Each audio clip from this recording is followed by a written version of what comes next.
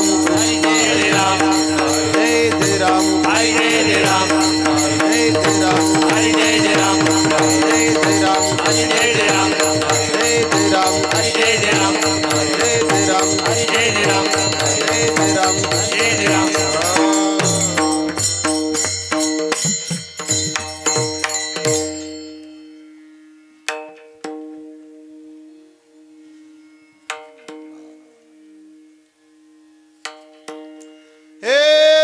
पाहता लोचनी सुख झाले ओ साधनी सुख झाले ओ साधनी साधनी सुख झाले ओ साधनी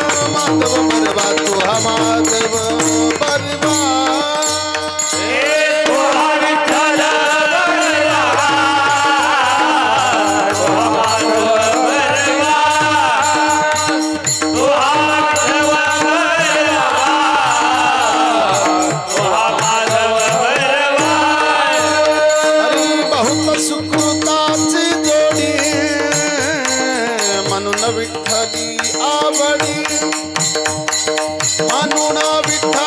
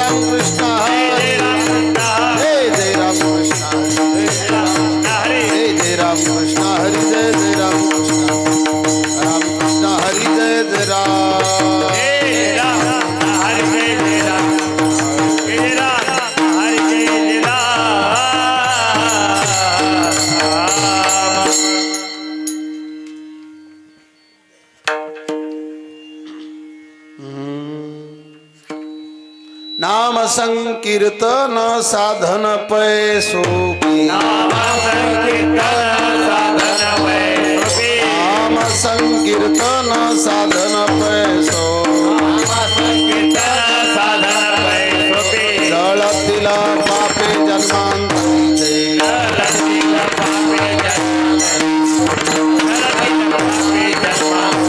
नलवती सायास जावे वनांतरा नलवती सायास जावे वनांतरा सुखे तो घरा नारायण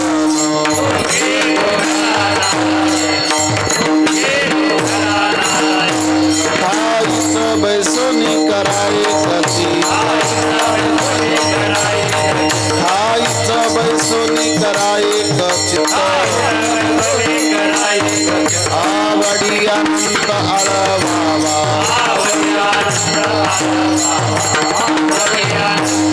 राम कृष्ण हरी विठ्ठल केशवा राम कृष्ण हरी विठ्ठल केशवा मंत्र हा जपावा सर्व काळ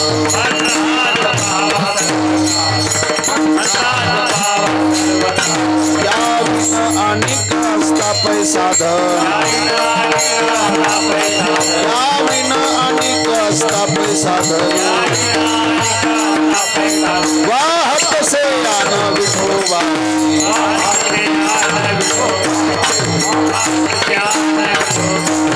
नलगती सायास जावे वनांतरा नलगती सायास जावे वनांतरा सुखे तू घरा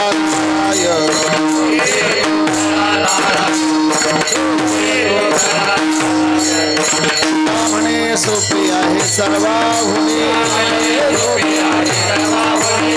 म्हणे सोपी आहे सर्वाहुनी लहाना तो धनी घेत असे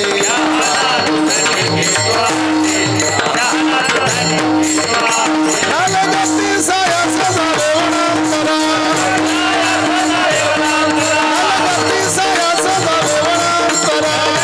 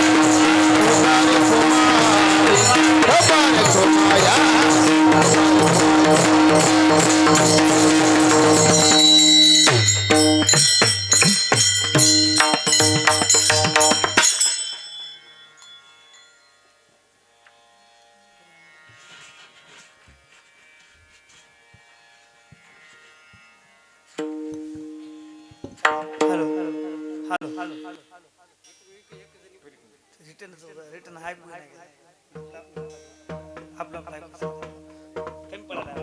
हेलो हरी थोड़ा युको द्या थोड़ा बेस द्या हेलो हरे राम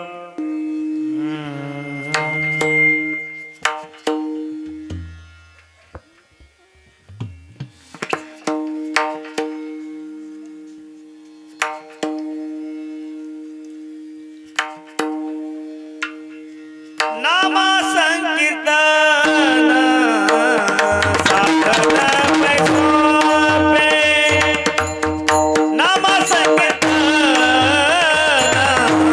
साधन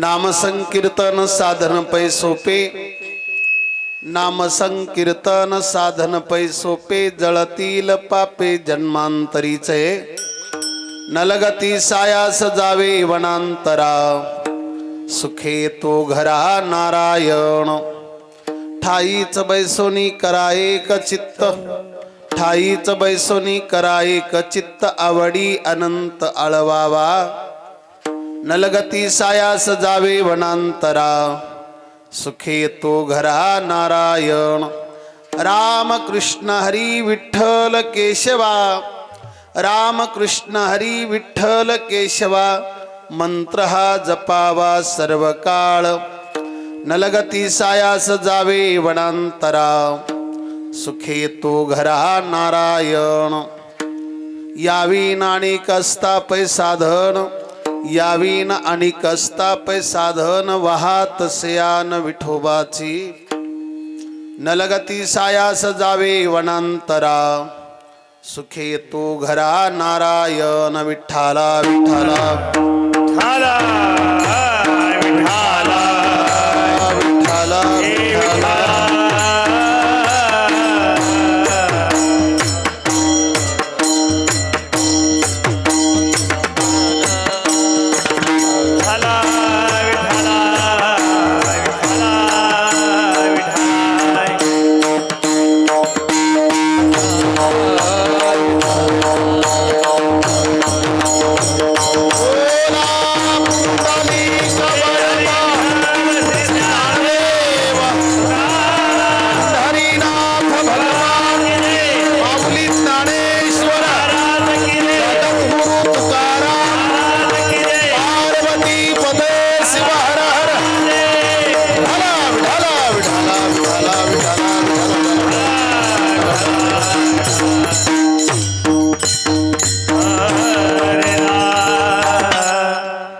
युगपीठे तटे भीमरथ्यं वरं पुंडलीकाय धातुं मुनीन्द्रहि समागत्य तिष्ठन्तमानन्दकन्दं परब्रह्मलिङ्गं भजे पाण्डुरङ्गं पाण्डुरङ्गा करो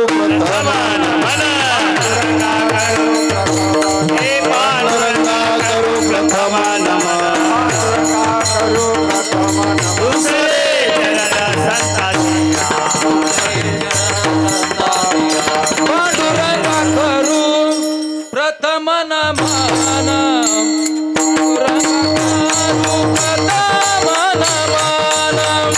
पांडुरंग करू प्रथम नमन पांडुरंग करू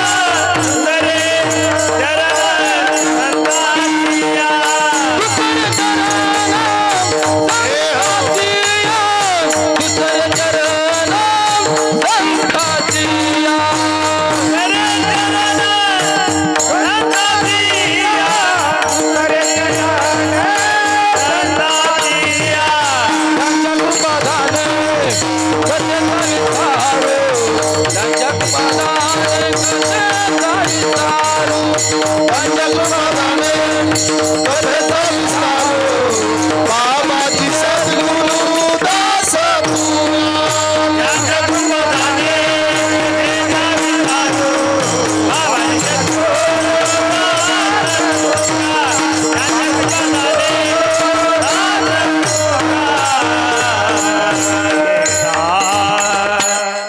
ज्ञानेश्वरा नमज्ञानेश्वरा निवृत्त्युद्धारा सोपान दिवानं मुक्तबाई त्रिभुवन पावन्या दत्रेंद्र देवाची जगदुद्धारा लागी धरेला अवतार मिळविला आवडीवार सिद्धाईंचा निळा शरणागत म्हणूया पोला संतरी रविला देवणी हती नामसंकीर्तन साधन पै सोपे जळतील पापे जन्मांतरीचे नलगती साया सजावे वनांतरा सुखे तो घरा नारायण असो सज्जना हो. प्राप्त प्रसंगी सेवे करता निवडलेला अभंग श्री संत जगद्गुरु जगदोंदणे देवणीवासी श्रीमंत तुकोबरा यांचा 6 चरणाचा नामपर प्रकरणातील अभंग आहे.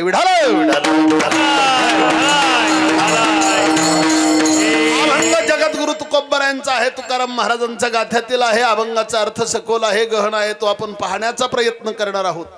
त्याआधी अल्पसा परिहार द्यायचा तो म्हणजे असा सालाबादाप्रमाणे चालत आलेला अखंड हरिनाम सप्ताह मौजे ब्रह्मवाडी वर्ष 25वे म्हणजे रौप्य महोत्सव सोहळा.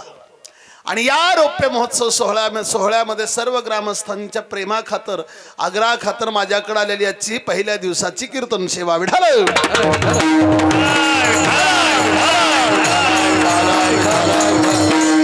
अभंग जगद्गुरु तुकोबरायांचा तुकाराम महाराजांच्या गाथ्यातील आहे. सज्जन आहो. आणि आजच्या कीर्तनकाराला बंद नाही बरं का. कारण आज मला अभंग दुसराच घ्यायचा होता. हनुमान जयंती आहे, वार शनिवार आहे म्हणून घ्यायचा होता. पण नियमाचा विचार केला सप्ताहाच्या. तर पहिल्या दिवसाच्या कीर्तनकारानं मंगलाचरण किंवा नामपर प्रकरणातील अभंग घ्यावा. हा दंडक आहे. वारकरी संप्रदायाचा हा दंडक आहे. 7व्या दिवसाच्या कीर्तनकारानं मागणीपर घ्यावा हा दंडक आहे. काल्याच्या कीर्तनकारानं गवळणपर घ्यावा हा नियम आहे. बरोबर आहे. त्या नियमाला अनुसरून घेतलेला आजचा अभंग. विठाला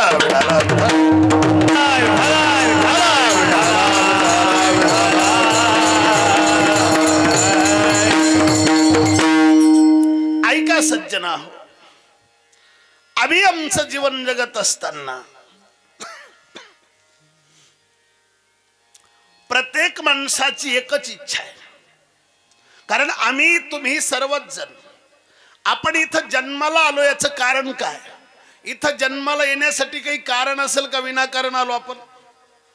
थोडं थोडं माझ्याकडे बघायचं आणि थोडं थोडं मला बोलायचं बरं का. जेवढं जमल तेवढं बोलायचं. पण कीर्तनातलंच. हा नाही तर बोलाय परवानगी दिली माणसं चालू कीर्तनात. एक गावात मला एक म्हातारं म्हणलं महाराज डबी बघू म्हणलं कीर्तनात. म्हणलं तुम्हीच म्हणला बोला. विठाला विठाला विठाला थोडं बोलायचं. ऐका सज्जनो, आपण जन्माला इथं येण्याचं कारण काय असेल तर काही कारण आहे का आपण विनाकारण आलो? आपण इथं येण्याचं काही कारण आहे का विनाकारण आलो? त्याचाच मेळ नाही का? काहीतरी कारण या वया यथवरी होते हेच कारण.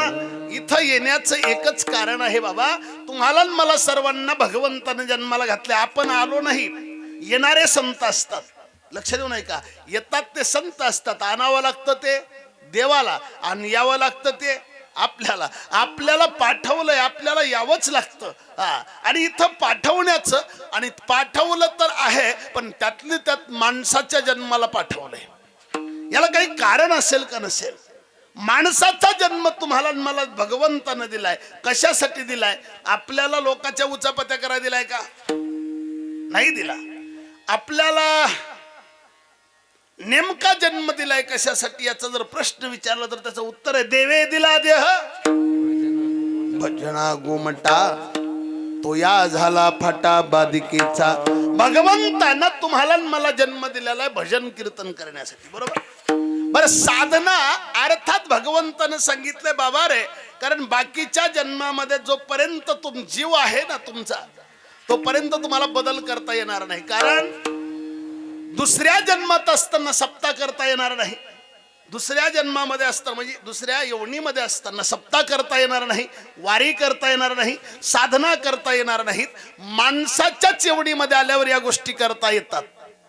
आणि एकदा काय माणसाच्या योनीत येऊन जर या गोष्टी केल्या तर माणसाला पुन्हा जन्मावं मरावं लागत नाही, याचा अर्थ असा आहे. पण देवप्राप्तीच्या साधना अनेक सांगितल्या. लोक परमार्थ करतात, पण आपापल्या पद्धतीनं जसं जमल तसं आपापल्या पद्धतीनं साधना करतात.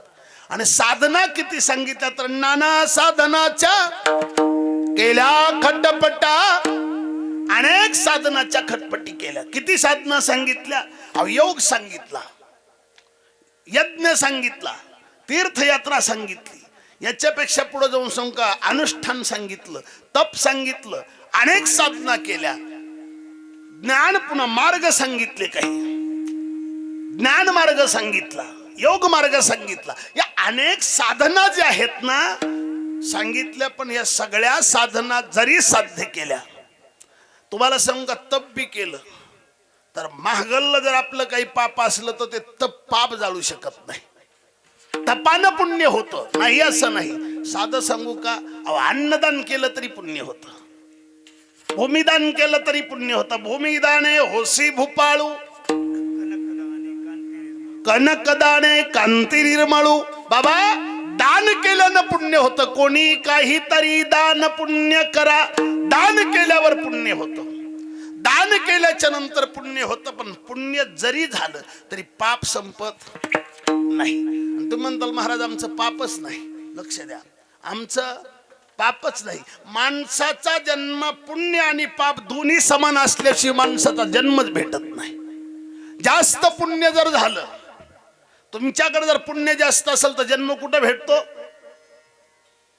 जास्त पुण्य असेल तर तुम्हाला जन्म स्वर्गात भेटतो. कुठे भेटतो? स्वर्गात, देव लोकांमध्ये जन्म भेटतो. तुका म्हणे पावटणी करू स्वर्गीची निशाणी. तुकोबराय सांगतात बाबा जास्त पुण्य असेल तर तुम्हाला स्वर्गात देव लोकात जन्म भेटतो. पण किती दिवस पुण्य आहे तोपर्यंतच. आणि पुण्य संपलं की पुन्हा मृत्यू लोकात यावं लागतं. जेव्हा पुण्याची पाहुटी सरे, सवे चिंद्रपणाची उटी उतरे, येऊ लागती माघारे मृत्यू लोका. पुण्य संपलं की पुन्हा पाप भोगावं लागतं. सांगू का तुम्हाला, आपल्याकडून पाप झाल्यानं भोगावंच लागतं, याच्यात शंका नाही. काही जर तुमच्याकडून पाप घडलं असेल ते भोगावंच लागतं. केले कर्म झाले त्याची भोगाले, केले कर्म झाले त्याची भोगाले, केले कर्म झाले त्याची भोगाले, केले कर्म झाले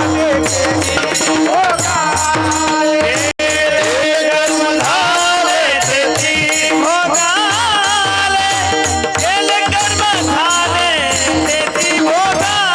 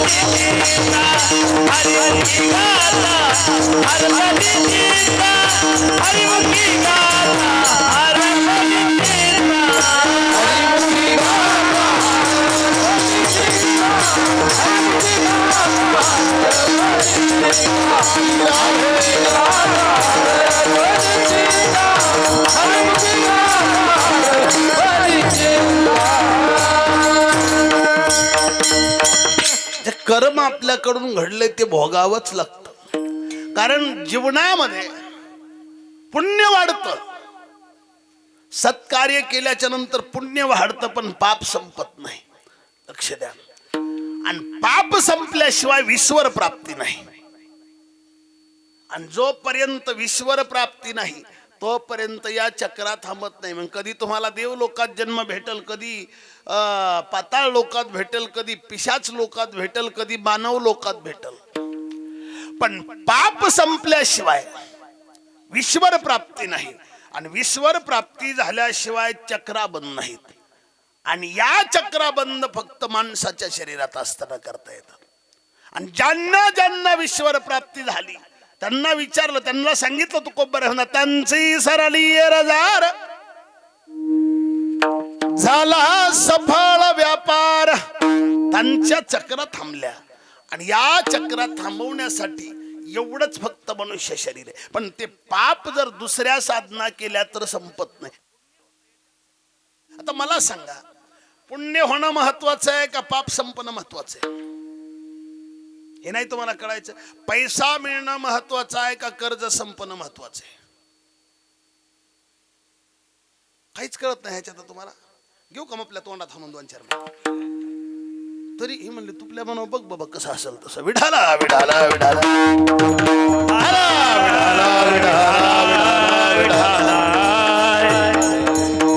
मला बोला थोडं थोडं. तुम्ही नाही बोलले मला जमत नाही. आता ती माझी सवय बेकार झाली जयवंत महाराज. काय करू मला. अरे कीर्तनाची व्याख्या सांगू का?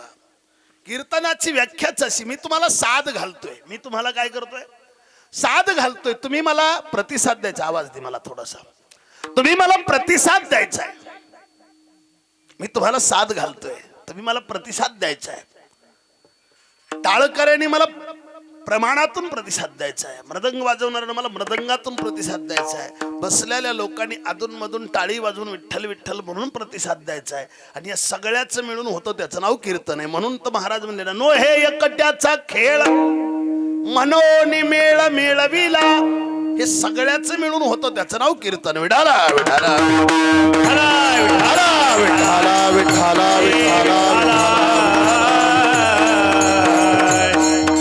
ऐका सज्जना हो, पुण्य संपत, पुण्य वाढतं पण पाप संपत नाही. आणि पाप संपल्याशिवाय ईश्वर प्राप्ती नाही. कितीही मोठा पुण्यवान होऊ द्या पण त्याचं जर पाप शिल्लक असेल तर त्याला ईश्वर प्राप्ती होऊ शकत नाही, होऊ शकत.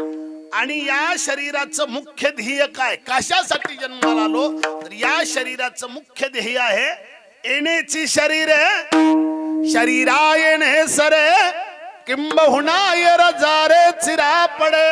याच शरीरात असताना या चक्रा थांबवायच्याच अर्थात याच शरीरात असताना ईश्वर प्राप्ती करून घेता येते. आणि काही ज्ञान नाही कोठे दुसऱ्या शरीरात जाताना, दुसऱ्या शरीरात असताना नाही. मग नेमकं पाप संपवण्याची साधना कोणती? आम्हाला पुण्य नाही झालं तरी चालेल. तुकोबराय म्हणले मला पुण्यही नको, पुण्य तरी चांगलं आहे म्हणता का? मला पुण्यही नकोय आणि देवा मला पापही नकोय. आम्हाला पुण्य झालं नाही झालं तरी काही फरक नाही, पण आमचं पाप संपलं पाहिजे. आणि पाप संपवण्याची साधना, पाप सहजासहजी कशानं संपत नाही.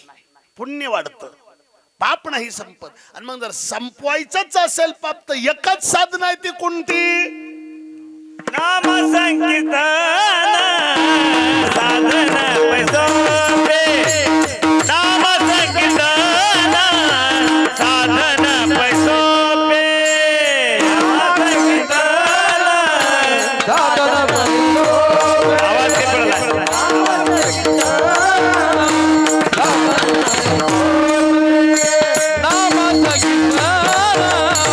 साधन पैसोपे. नाम संकीर्तन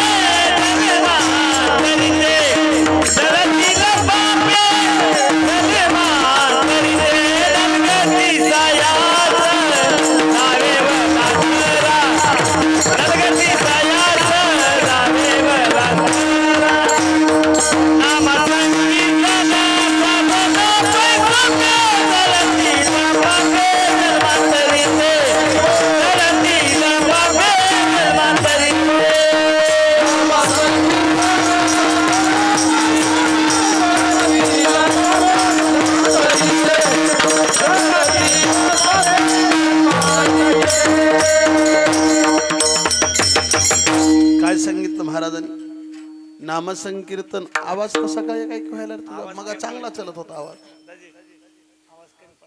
हा मगाच चांगलं होतं कथेमध्ये. उलटा संध्याकाळी आवाज चांगला चालला पाहिजे का युट्यूब वाल्याला बेहा लागलायस. विठाला विठाला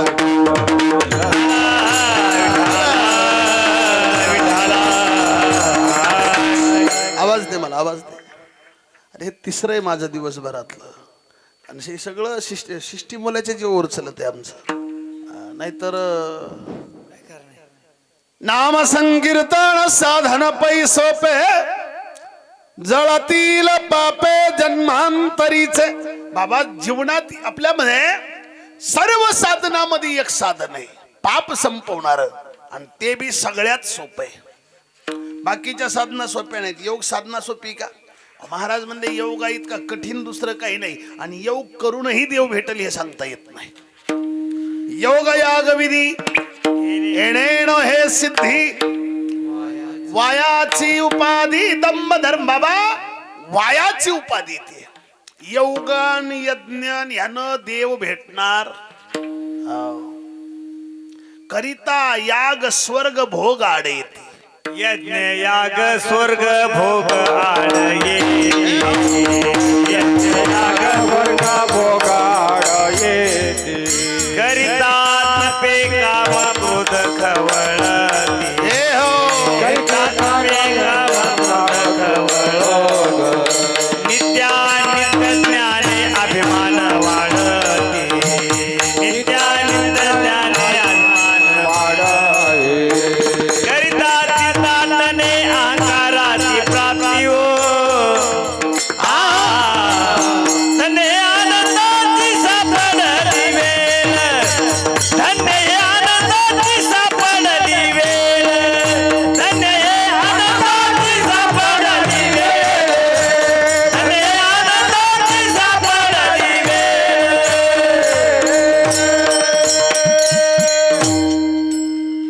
ज्ञान म्हटलं की अहंकार, यज्ञ म्हटलं की स्वर्ग भोग आणि तप म्हणले काय खवळत आहे? काम क्रोध खवळती. आणि खरं सांगू का क्रोध ही तितकाच वाईट आहे काम बी तेवढाच वाईट आहे. आणि तीर्थयात्रा जर करायच्या बनल्या तर माणसाला काय होतंय? अहंकार होतोय. आणि ज्ञानी लोकाला सध्या काय अहंकारच होतोय. आणि अहंकार झाला माझ्या इतका मीच शहाणा आहे दुसरा शहाणाच नाही असं तुका मने ज्ञान दिमागाची भन भन. दिमागाची भन भन. दिमागाची भन भन. तुका मने ज्ञान दिमागाची भन भन. दिमागाची भन भन. दिमागाची भन भन.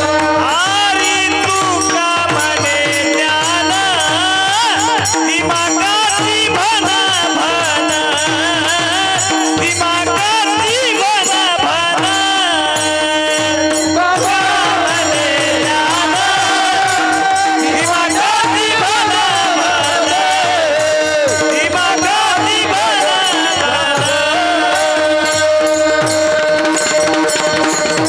तुका म्हणे ज्ञान दिमागाची भनभन. जे ज्ञानी माणसं असतात ना आधी कुठं बी डोकं लावणार कुणाला बी आडवं लावणार नाही. नाही हे कसं काय असते ते कसं हे बिना कामाचं असतं. त्याला फक्त सांगायचं असतं मी लय सगळ्यात शहाणा आहे. अरे तू शहाणा होण्यापेक्षा दुसऱ्याला सांगण्यापेक्षा जगद्गुरु तुकोब्बर एवढे मोठे विद्वान होते ते तुकोब्बर आहे सध्या काय म्हणले मज पामर आहे काय थोरपण. खरंच पामर होते कळत नव्हतं का तुकोब्बराला. तुकाराम महाराजाला उगत त्यांच्या जवळच्या माणसाने विचारलं महाराज कुठे बी गेलात तरी असं हातात जोडितात लावूनच राहतात महाराज खरं सांगा तुम्हाला कळत नाही का त्यातलं काही नाही. काय म्हणले तुकाराम महाराज वेदाचा तो अर्थ अमाशीच ठावा आणि येराने व्हावा भार माता. येरानं भार बाकीच्यानी निसता आम्हाला लय जमत आम्हा काही नाही बाबा. अर्थ पण शेवट काय वेद खूप बोलला म्हणले पण अर्थ ही तुकाची साधेला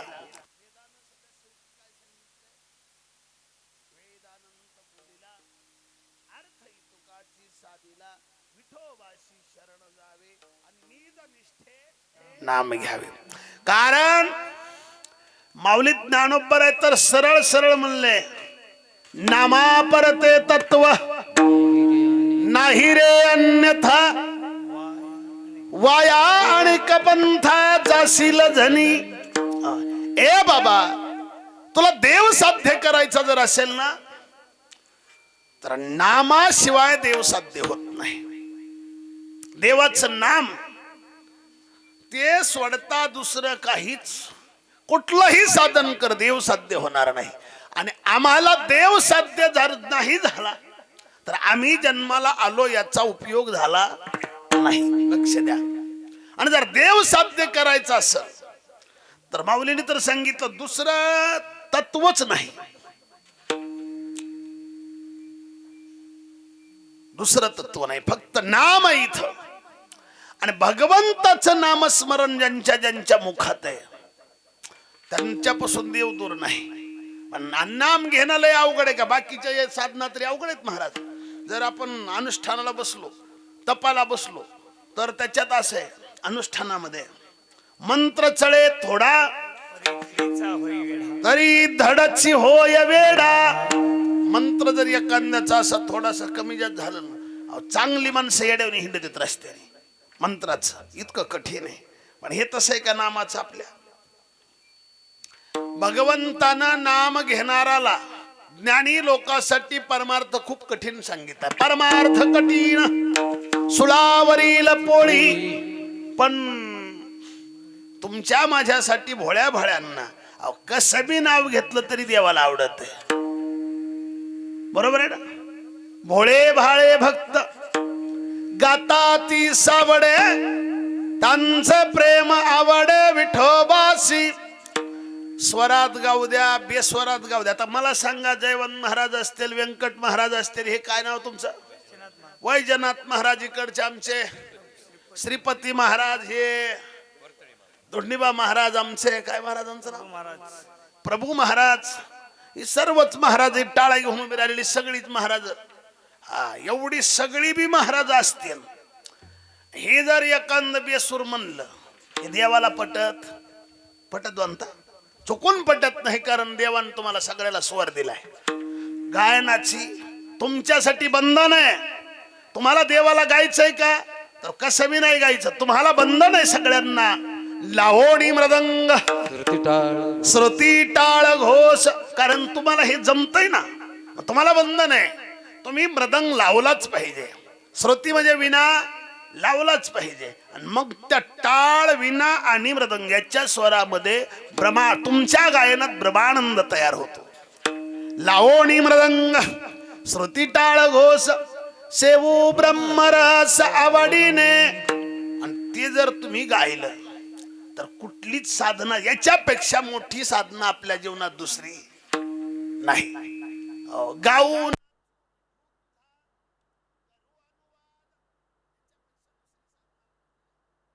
माणसात ना, महिला असतील, ही बसलेली माणसं, ही कशी बी म्हणली तरी देव गोड घेतो. म्हणजे यांना गाता येत जर नसल ना तर तुकाराम महाराज म्हणले तुम्ही गाता येत नाही म्हणून गप बसूच नका. तुम्हाला गाता येत नाही असं गप बसायची गरज नाही. नय जरी तुझ मधुर उत्तर तितला सुस्वर नाही देव नाही दयावीन गेला विठ्ठल येईल तैसा बोल राम कृष्ण. नाही दयावीन गेला विठ्ठल येईल तैसा बोल राम कृष्ण. हरी नाये जरी तुझा मधुर उत्तर तिथला तू स्वर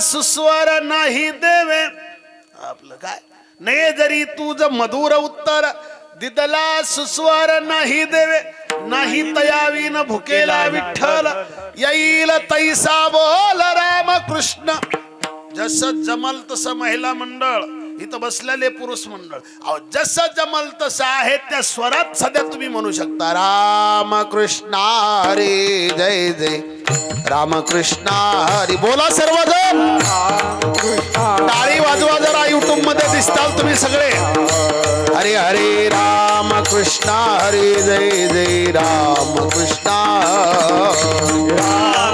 थोडा विको दे मला जय राम कृष्ण हरी जय जय राम कृष्ण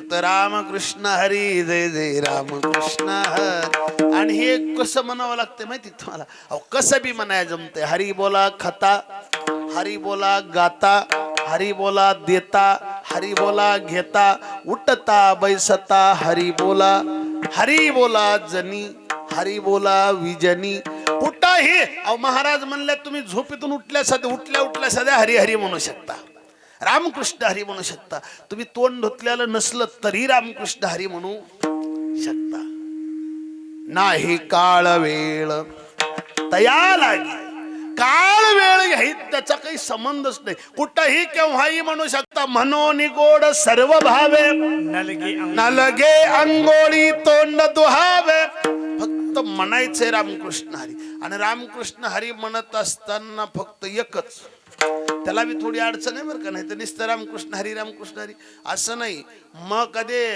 नाही का एक मुंह में राम और बगल में छोरा असं नाही नाहीतर मधुतिष्ठन्ति जिव्हाग्रे हृदय तू हलहलम असं नाही जमत ते तुम्हाला देव पाहिजे असेल ना पहिल्यानं अंतकरण शुद्ध झालं पाहिजे शुद्ध ज्याचा भाव झाला दुरी नाही देव त्याला देह शुद्ध करोनी भजनी भजावे देह शुद्ध करोनी भजनी भजावे देह शुद्ध करोनी भजनी भजावे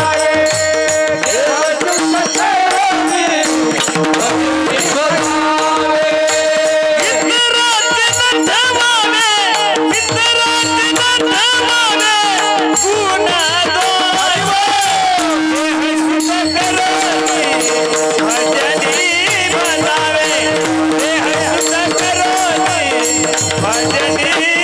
भजावे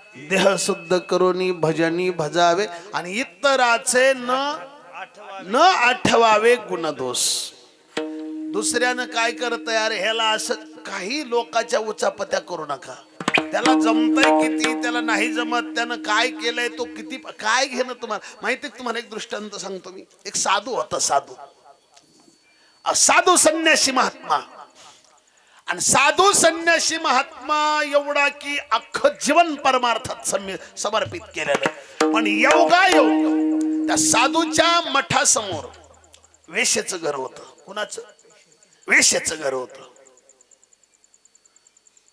आता वेश्याचा व्यवसाय तिचा वेश्या व्यवसाय आणि साधूचा साधू व्यवसाय महात्म्याला या संन्याशाला रोज लोक भेटा यायचे आणि भेटा लोक यायचे, दर्शनाला यायचे. आणि आलं की हे दुसरं जे काही यानं ब्रह्मज्ञान सांगायचं का?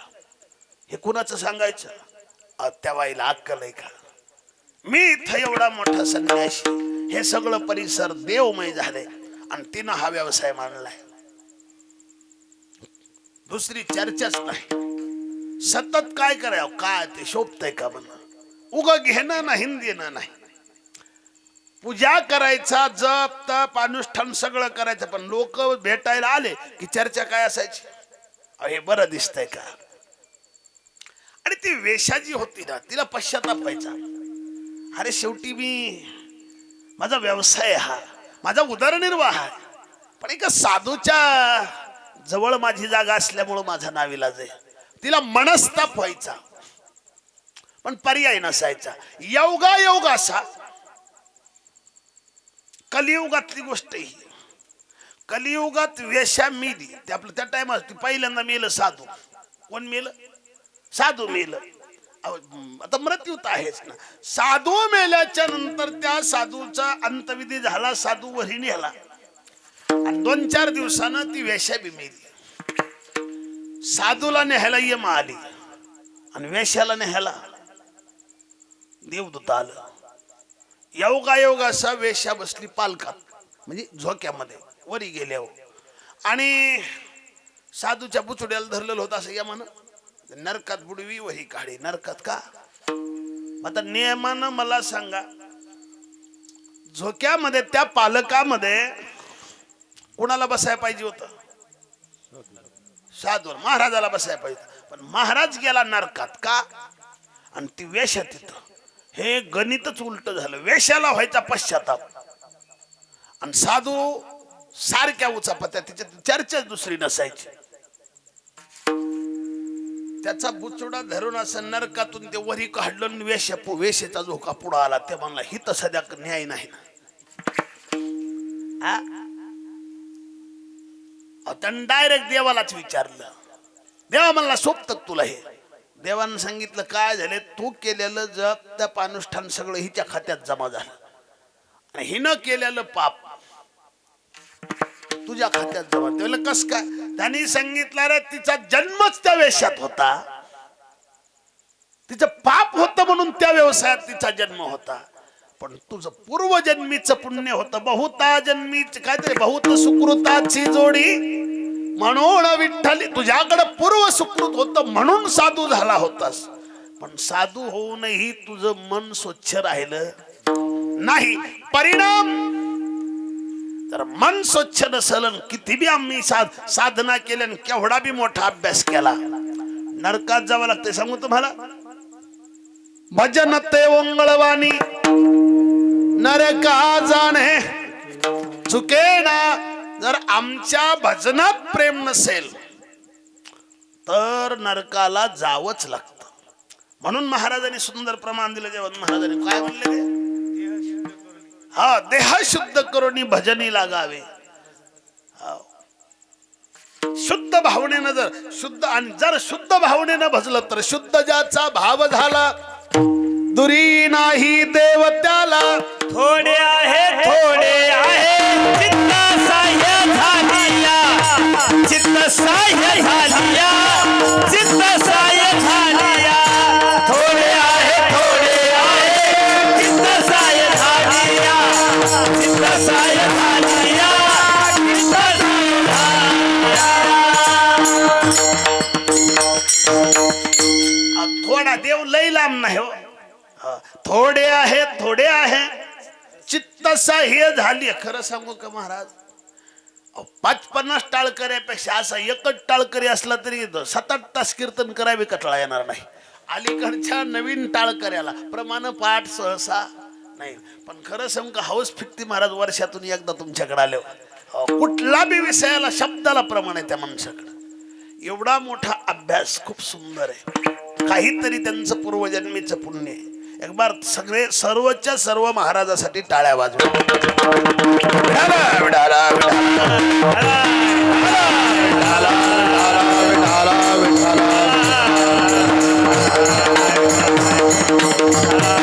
आणि हे रत्न इतक्या छोट्याशा गावात येतंय म्हणजे अहो हे उगच नसते. हे तुकाराम महाराजाचं एक प्रमाण आहे. तुकाराम महाराज म्हणले असल्या लोकांच्या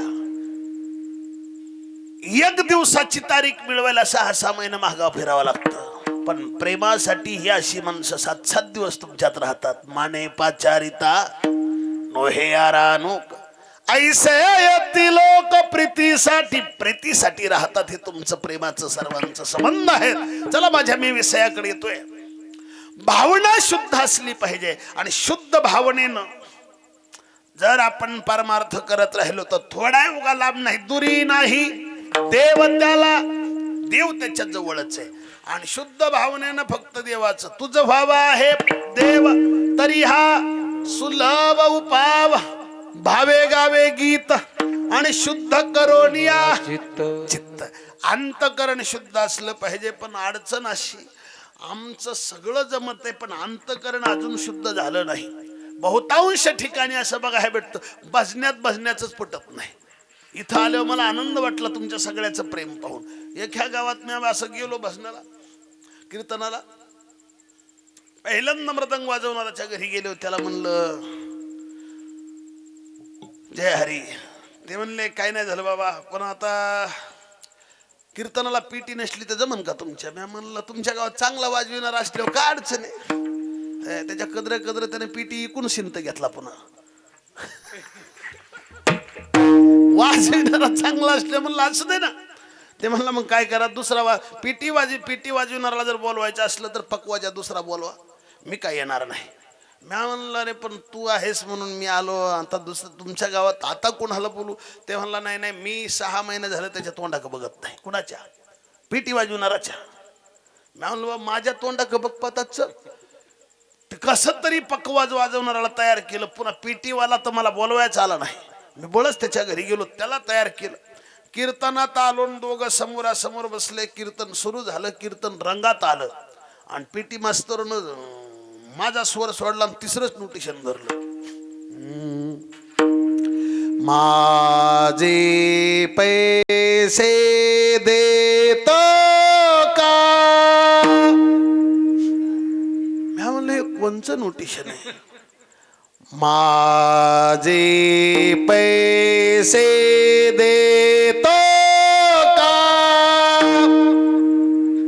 माझ्या काही लक्षात आलं नाही पण वाजविणाराच्या लक्षात आलं. तेव्हा दिला तर देईन नाही तर नाही देईन. दिला तर देईन. अरे अभंग म्हणण्यासाठी 6-6 महिने एकमेकाला बोलायला गेली माणसं. खोटं सांगत नाही महाराज. आणि जर आमचं अंतकरण शुद्ध नसेल तर भजन करूनही उपयोग नाही. देव मिळवणं सोपं आहे हो. फक्त शुद्ध भाव झाला पाहिजे. आणि भाव शुद्ध जर झाला ना शुद्ध भाव हो करून जर तुम्ही रामकृष्ण हरी एवढंच जरी म्हणला त्याचं भजन केलं ना हो तर तुम्हाला त्याला शोधायला कुठंच जावं लागत नाही. अभंगाच्या जावे वनांतरा नलगती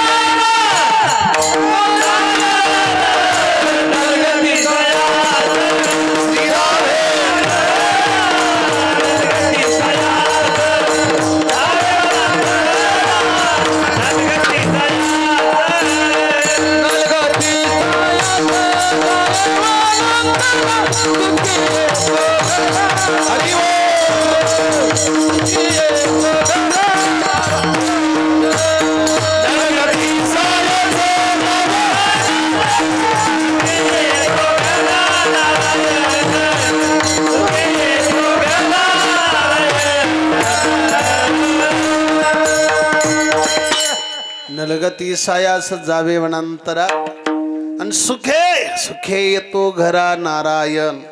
बाबा महाराज सांगतात रे, काहीच करावं लागत नाही, सायास काहीच करायची गरज नाही. न लगे दंडने मुंडने काही, केस वाढवायची गरज नाही, चप्पी करायची सध्या गरज नाही. न लगे दंडने मुंडने काही, दंडायचं उलट टांगून घ्यायची सध्या गरज. ते पूर्वी ऋषी नसायचे का, ते झाडाला उलट टांगून घ्यायचे. पुन्हा काही लोक तर असे ते उपाशीच बरोबर 6-6 वर्ष तपश्चर्या, एवढं कठीण साधना करायची गरज नाही. फक्त कलियुगामध्ये एवढीच साधना सांगितली, कलियुगा माझी करावे कीर्तन. कीर्तन म्हणजे नेमकं काय, तर कोणतं कीर्तन सांगितलंय, नामसंकीर्तन. कीर्तनामध्ये सर्व कीर्तनाच्या साधनामध्ये सोपं कीर्तन सांगितले, नामसंकीर्तन. आणि ते नामसंकीर्तन करण्यासाठी सर्वांनाच अधिकार दिलाय.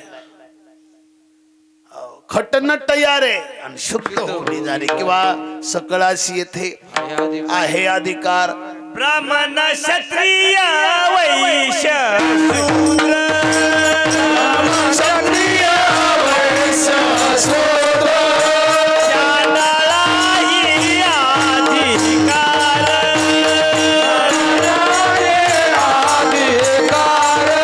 बाळे अथवा नारी नर, अधिकार करोनी वेशाही,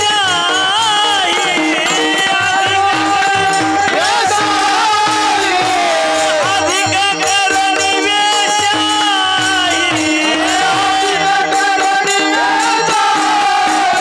बघ गईचे रे बंधन, बघ गईचे रे बंधन, बघ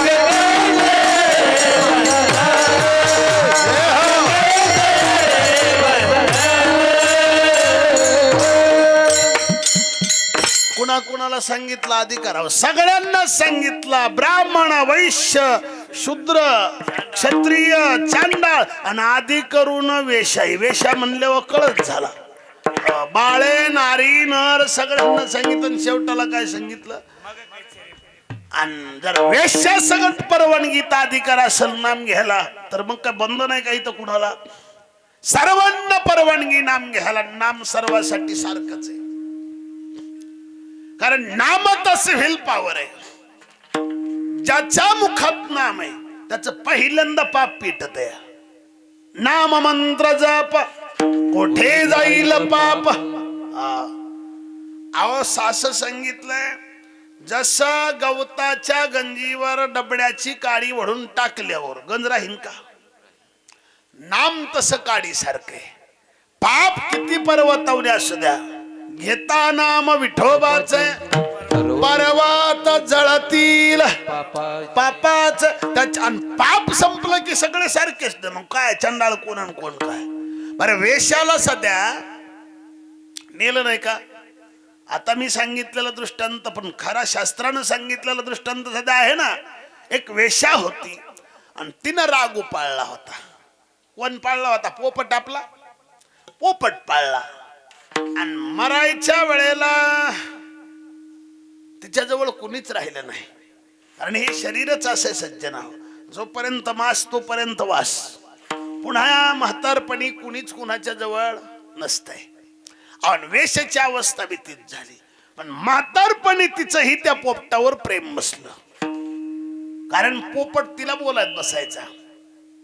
पोपट तिला बोलत बसायचा. म्हातारपणी माणसाचा एक स्वभाव आहे, प्रत्येक माणसाला वाटतं म्हातारपणी मला कुणीतरी बोलावं. म्हाताऱ्या माणसाला वाटतं बरं का, माझ्यापाशी कुणीतरी यावं, मला कुणीतरी बोलावं. पण त्या म्हाताऱ्याला सहसा लोक कुणी बोलत. आणि जर म्हातारपणी आपल्याला लोकांनी बोलावं असं वाटत असेल तर तरुणपणापासूनच सुरुवात करावी लागते. कोणची? आपण सर्वाशी प्रेमानं राहणे. होईल तेवढा परोपकार करण्याचा प्रयत्न करा आणि सर्वाशी प्रेमानं राहा. एक दिवशी तुमचं वय झाल्यावर अख्ख्या गावातली, कारण तुम्ही जर आज तुमच्या गावातल्या लहान मुलांना चांगलं सुसंस्कारित बनवलं, चांगल्या लहान मुलाला तुम्ही जर आपल्या जवळ घेतला आणि चांगले विचार शिकवत गेलात तर तुमचं वय होईल त्या टायमाला ही मुलं गावातली मोठी माणसं असतात आणि ती सांगत असतात आपल्या त्यांच्या मुलाला, ये बाबा आहेत ना, ह्या बाबांच्या मार्गदर्शनामुळे मी आज इथे, नाहीतर माझं काय खरं. माझं ऐकू नको बाळा एखाद्या वेळेस, पण या बाबाचा शब्द मोडू नको. आणि आपण जर सारखं दुसऱ्याचं बरं झालं, माणसाच्या लय खुडी. तुम्हाला सांगतो, परवा दिवशी एक माणूस दवाखान्यात आला होता. त्यानं डॉक्टर साहेब माझं इतकं पोट दुखायले, सोनोग्राफी केली तरी राही नाही. डॉक्टर म्हणले सलाईन इंजेक्शन सगळं केलंय. म्हणला साहेब पण राहीनाच गेलंय. डॉक्टर साहेब म्हणले कधीपासून? ते म्हणला शेजाऱ्यानं गाडी घेतली तेव्हापासून. दुसऱ्याचं भलं झाल्याला आपल्याला पाहवत नाही सज्जना. अनिकाची संपत्ती देखून या दुःख माने देखून या दुःख माने चित्ती देखून या दुःख माने चित्ती. अनिकाची संपत्ती देखून या दुःख माने चित्ती देखून या दुःख माने चित्ती. अनिकाची संपत्ती अनिकाची संपत्ती देखून या दुःख माने चित्ती देखून या दुःख माने चित्ती. अनिकाची संपत्ती अनिकाची संपत्ती देखून या दुःख माने चित्ती देखून या दुःख माने चित्ती. अनिकाची संपत्ती आणि देखोनी या दुःख माने चित्ती. दुसऱ्याचं भलं झाल्याला देखवत नाही काही माणसाला. माणसं लक्ष द्या. माझा विषय चाललो होता त्या वेशाचं जे आहे ना त्या पोपटावर प्रेम होतं. कारण म्हातारपणी दुसरं कोणी बोलत नव्हतं, पण मरायच्या टायमाला तिचा मृत्यू जवळ आला आणि पोपट तिच्या काही अंतरावर होता, पण ती त्याला पोपट म्हणत नसत, ती त्याला रागू म्हणायची. काय म्हणायची? रागू. आता पोपटाला नाव 2-3 आहेत, मिट्टू, रागू, पोपट, बरोबर आहे की नाही? रागू रागू म्हणून आवाज दिला. प्राण जाताना रागू असं म्हणण्यापेक्षा राघव झालं. काय झालं? रागू म्हणता म्हणता राघव राघव म्हणून गेली. एकदाच राघव म्हणल्याबरोबर गेल्याबरोबर भगवंतानं विमान पाठवलं. का? तुम्ही म्हणतात एवढं एकदाच मरतानी म्हणलं की भागत आहे का? भागत आहे, पण मरतानी आपल्या तोंडात ती येत नाही. त्याला प्रमाण आहे, अंतगाडी ज्याच्या हरियाला मुखा पार नाही सुखा. तुका म्हणारे वेशाचं सोडून द्या. मी आपलं हे चालू होतं, सुखे येतो घरा. माहित आहे तुम्हा सर्वांना कथा सज्जना हो. एक शबरी नावाची भिल्लाची मुलगी होती आणि भिल्ल समाज हा अस्पृश्य समाज मानला जातो. भिल्ल समाजाची मुलगी आहे आणि त्या भिल्ल समाजाच्या मुलीला 13-14 वर्षाचं वय तिचं आणि लग्न ठरलं. आणि लग्न ठरल्यावर तिला ते कुंकवाच्या कार्यक्रमाला तिच्या वडिलांना पाहुण्याला जीव घालण्यासाठी 12 बकरे आणले. किती? 12 बकरे. आणि दारात बांधल्यावर त्या 13-14 वर्षाच्या मुलीनं आईला विचारलं, आई आपल्या बाबांनी एवढे बकरे का आणले ग? तिनं सांगितलं, बाळा उद्या तुझ्या कुंकवाचा कार्यक्रम आहे आणि पाहुणे आले, त्यांना मेजवानी, त्यांना भाजी करून जीव घालायची या बकऱ्याची. शबरीचं अंतकरण थोडं कोवळं अंतकरण होतं. शबरीनं मनामध्ये विचार केला, शबरीनं मनामध्ये विचार केला, रे माझं एकटीचं चांगलं होण्यासाठी जर 12 जणांचा जीव जात असेल त्यापेक्षा मी लग्न नाही केलं चांगलं. पण शबरी कोणाला बोलली नाही. संध्याकाळची जेवण झाली आणि जेवण झाल्याच्या नंतर शबरी घरातली माणसं झोपू दिली. शबरीनं झोपण्याचं सोंग केलं. रात्रीच्या मध्यरात्रीच्या वेळेला सगळी गाढ झोपलेली माणसं पाहिली आणि शबरी हळूच घराचा दरवाजा न वाजू देता घराच्या बाहेर पडली. सगळेच्या सगळे बकरे सोडले. हाकीत हाकीत खूप दूर अरण्यात गेली आणि बकऱ्याला सांगितलं, बाबांनो आता सूर्य उदयापर्यंत बकरी हाकीत होती. बकऱ्याला सांगितलं, आता तुम्हाला तुमचा रस्ता मोकळा आहे, आजाद आहेत तुम्ही. बकरे लावून दिले आणि शबरी विचार करते, मी जर घरी गेले तर माझे बाबा दुसरे बकरे आणतील. हे वाचले पण दुसरे मरतीलच ना, त्यापेक्षा मला आता घरी जायचं नाही. शबरी चालत राहतील. काही अंतरावर गेल्यावर शबरीला एक आश्रम दिसत साधूच. शबरीनं कुठंतरी ऐकलं होतं, जर देव प्राप्त करायचं असेल तर संताची संगती असणं गरजेची. कारण देव मिळतो सज्जन आहो, पण संताशिवाय देव कळत नाही. आणि मिळणं अवघड नाही पण कळणं अवघड आहे, म्हणून याच्यासाठी संताची संगत करायची. ऐका, शबरीनं त्या मातंग ऋषीचा आश्रम पाहिलं आणि शबरी त्या आश्रमाकडे जाते. साधूची सेवा केली, लय विस्तृत सांगत बसत नाही तुम्हाला. मातंग ऋषीची सेवा केली. मातंग ऋषीला समजलं शबरी माझी सेवा करते. शबरीला सांगितलं, बेटा आजपासून आश्रमात राहा. पण शबरीकडे घमेंड नव्हतं. घमेंडी शिष्य बी असला तरी चालत नाही. परमार्थात सगळं चालतं पण घमेंड चालत नाही महाराज. शबरीनं सांगितलं, बाबा मी अस्पृश्य समाजाची आहे, मी भिल्लाची मुलगी आहे, चालेल?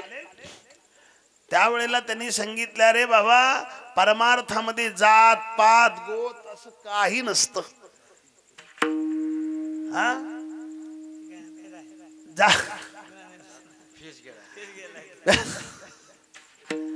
ध्यानात काहीतरी आलं, हे तरी काय कच झालं काय? होय, विठाला विठाला विठाला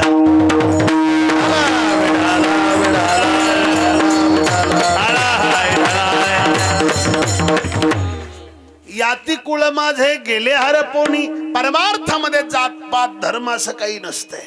लक्ष द्या, परमार्थामध्ये फक्त एकच नातं असते, देव आणि भक्त. तो आश्रमात राहा. आणि मग शबरी त्या आश्रमात राहिली. शबरी आनंदानं राहत होती. पण एक दिवशी मध्यरात्रीची वेळ आहे. मातंग ऋषी मध्यरात्रीच्या वेळेला शबरीच्या आश्रमात जातात, शबरीच्या रूम मध्ये जातात आणि शबरीला म्हणतात, ए शबरी. शबरी उठते, बाबा एवढ्या रात्रीचं काल आहे बाबा. शबरी उठली, विचारते, बाबा काल आहे. त्यावेळेला मातंग ऋषीने सांगितलं, बेटा निसर्गाचा नियम आहे, जो जन्माला आला तो जाणार आहे. मलाही या जगाचा निरोप घ्यायचा आहे, पण जात असताना तुला आशीर्वाद देण्यासाठी आलो. हे शब्द ऐकला आणि शबरी रडायला लागली. बाबा आम्हाला सोडून जाऊ नका. 14 वर्षाची होती बाबा तेव्हा आई बापाला सोडून आली. पण तुमच्या सानिध्यात आल्यावर मला, मी तुमच्यात आईलाही तुमच्यात पाहिलं आणि बापालाही तुमच्यात पाहिलं. बाबा सोडून जाऊ नका बाबा, पाया पडते तुमच्या. मातंग ऋषीने शबरीला जवळ घेतलं आणि सांगितलं, बेटा गेलं तर पाहिजे ना, पण एक लक्ष देऊन ऐक. ज्याच्यासाठी तुला प्रयत्न तुझे चालू आहेत ना, मी सांगितलेल्या जपात नामाचा जप करत राहा. तुला कुठंच जायची गरज नाही, तो तुला शोधित येईल. आणि शबरीनं संताच्या शब्दावर विश्वास ठेवला. संताची पायी हा माझा विश्वास, सर्व भावे दास झालो. शबरीनं विश्वास ठेवला आणि विश्वास ठेवून शबरी भगवंताचं रोज भजन करायचे. देवा तिचं चालू असायचं, श्रीराम राम जय जय राम, श्रीराम जय राम जय जय राम, श्रीराम जय राम जय जय राम, श्रीराम जय राम जय जय राम. भजन करायची. 14 वर्षाची शबरी आता 84 वर्षाची झाली. पण तरी बी विश्वास तिचा ढळला. आणि परमार्थात मुख्य काय पाहिजे? विश्वासितो करी स्वामीवरी सत्ता, सकळ भोगिता होयत. सर्वन करावा आपुला विश्वास, अंग येईल रसा आवडीचा, अंग येईल रसा आवडीचा. सर्वन करावा आपुला विश्वास, अंग येईल रसा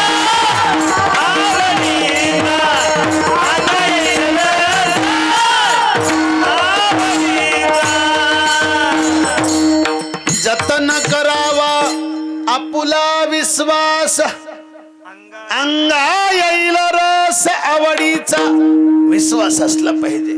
आणि ज्यांच्याकडे विश्वास आहे तीच आज, ज्यांचा विश्वास आहे तीच देवाच्या जवळ आहेत. लक्ष द्या,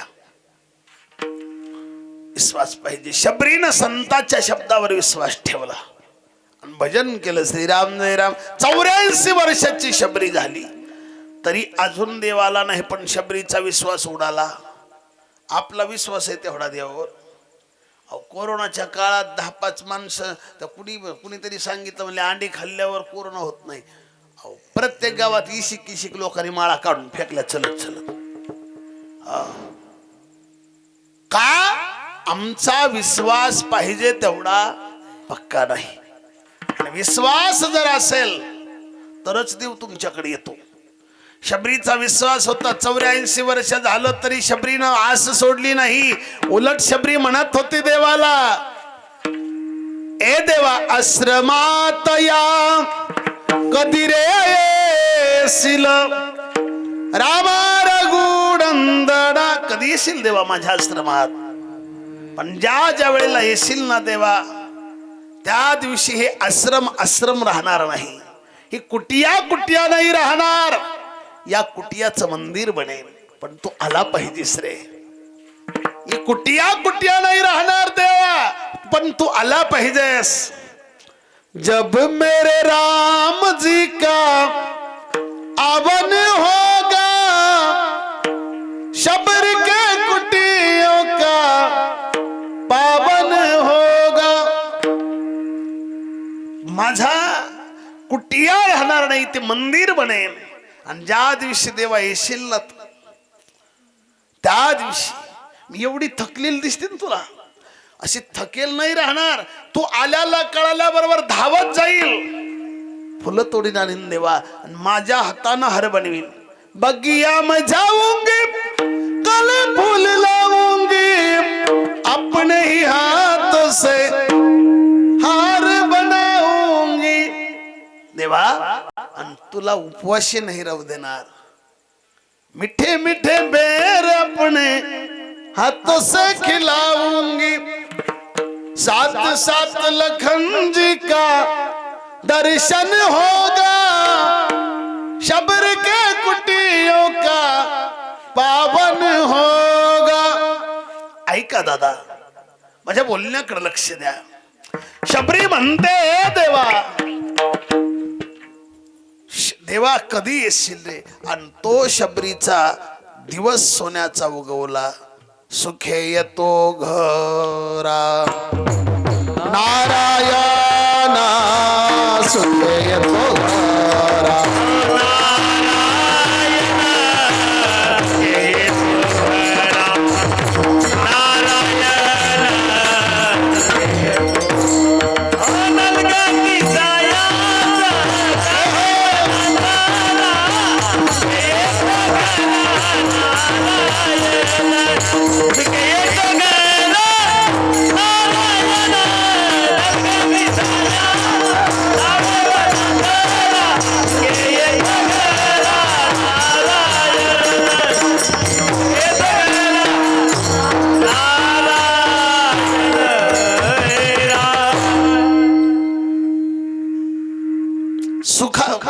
देव आला शबरीच्या घरी. लोक म्हणले, मग जर इतक्या स्पर्श समाजातल्या एका पुरीच्या घरी देव येत असल, आमच्या घरी तर सहज येईल. पण आम्ही बी नाम घेऊ देवाचं. तो कोबरायला प्रश्न केला, आम्ही बी घेऊ देवाचं नाव, पण देवाचं नाव कोणचं घ्यावं लागतं? देवाला नाव किती? तर अनंत नाव आहेत त्याला. अनंत नाम गाऊ गोविंदा. आणि पुन्हा मर्यादित नाव किती सांगितली? सहस्त्रनाम. अनंत जगातली सगळी नावं त्याचीच आहेत. पण त्या सगळ्या नावामध्ये आपण जे सप्त्यात सकाळी सकाळी वाचतो ती किती नाव आहेत? विष्णू सहस्त्रनाम 1000 नाव आहेत त्याची. म्हणते 1000 नावातली आम्हाला सगळी पाठ नाही, पण त्याच्यातूनही असं काही पुन्हा मार्ग काढला. काही मुख्य नाव आहेत ते कोणचं बी घेतलं तरी चालतंय. त्यांनी सांगितलं पण नाही, ज्या नावाला मंत्र असं म्हणतात, ज्या नावाला मंत्र असं म्हणतात ते नाव आम्हाला सांगा. ज्या नावाला मंत्र असं म्हणतात ती नाव आम्हाला सांगा. तुकोबऱ्यानं सांगितली. कोणती नाव आहेत? राम कृष्ण हरी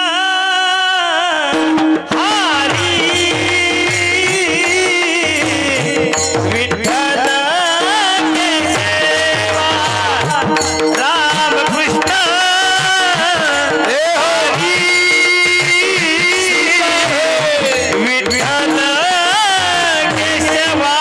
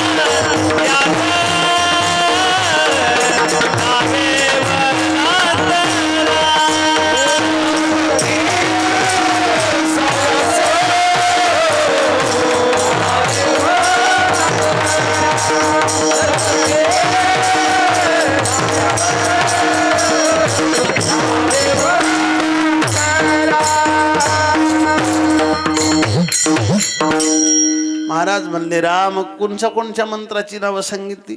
राम कृष्ण हरी विठ्ठल केशवा. केशव केशव मन, रामकृष्ण हरी मन, विठ्ठल विठ्ठल मन, नारायण हरी मन. कोणताही मंत्र मन, पण म्हणत असताना सर्व काळ मन. मंत्र हा जपावा सर्व काळ. का सप्त्यापुरता? सप्त्यापुरता नाही महाराज. कीर्तनात आल्यापुरतं विठ्ठल विठ्ठल म्हणू नको. मर्यादित नाही सांगितलं, सर्व काळ. कारण ज्ञानोबरायाने सध्या माणसाला सुतील परमार्थाचा खेळच तसा आहे.